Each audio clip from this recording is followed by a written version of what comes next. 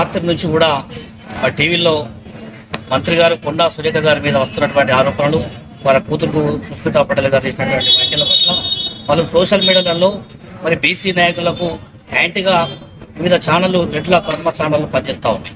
ఇవాళ గతంలో చాలా సందర్భాల్లో చెప్పుకుంటూ నచ్చినాం. బీసీ నాయకులను టార్గెట్ చేస్తూ తెలంగాణ ప్రభుత్వంలో నాయకులను ఎమ్మెల్యేలను కానీ మంత్రులను కానీ టార్గెట్ చేస్తూ కొంతమంది సొంత పార్టీలో ఉన్నటువంటి కొంతమంది రెడ్ల సామాజిక వర్గం చెందినటువంటి నాయకులు బీసీని అనుకుదుకుంటున్నారు.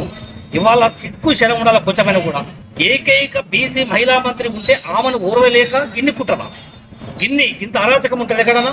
తస్మాత్ జాగ్రత్త. ఇవాళ ఒకటి చెప్తా ఉన్నాం, మంత్రి కొండా సురేఖ గారి మీద తప్పుడు ఆరోపణలు చేసినా, సురేఖ గారిని టార్గెట్ చేసినా రాష్ట్రం మొత్తం అగ్నేయ్ మొత్తం బీసీ సంఘాలు వేదికగా ఏర్పడి మరి ఈ రోడ్లు రాస్తారోకోలు చేయక తప్పదని చెప్పి సందర్భంగా తెలియజేస్తాను. ఒక పక్క మీ అధిష్టానం బీసీల వైపు ఉన్నామని చెప్పి వాళ్ళు ఒక పక్క చెప్తా ఉంటే, రాహుల్ గాంధీ గారు స్వయంగా బీసీ నాయకత్వాన్ని పెంపుంది ఆయన దిక్కు చెప్తా అంటే మళ్ళా రాష్ట్రానికి వచ్చే వరకు ఈ బీసీ నాయకులు లేనితోటి ఇప్పుడు ఓఎస్డి సుమాతు కుటుంబం వేయడానికి సంబంధం లేదు. కొన్ని ఆల్రెడీ మంత్రి పదవి పోయిందని కొంతమంది వార్తలు రాస్తా ఉన్నారు. ఇవన్నీ కూడా దయచేసి కొన్ని కమ్మ ఛానళ్లకు రెడ్ల ఛానల్ చెప్తా ఉన్నాం. ఇవాళ మంత్రి పదవి కూడా ఎక్కడికి పోదు. బీసీ నాయకులకు ఇలా ఉన్న సమాచారం ఉన్నంత స్థాయిలో సురేఖ గారు ఉంటారు. మరి తప్పుడు ఆరోపణలు మానుకొని సమాజంలో ముందుకు పోయే దిశగా అందరూ కూడా పనిచేయాలి.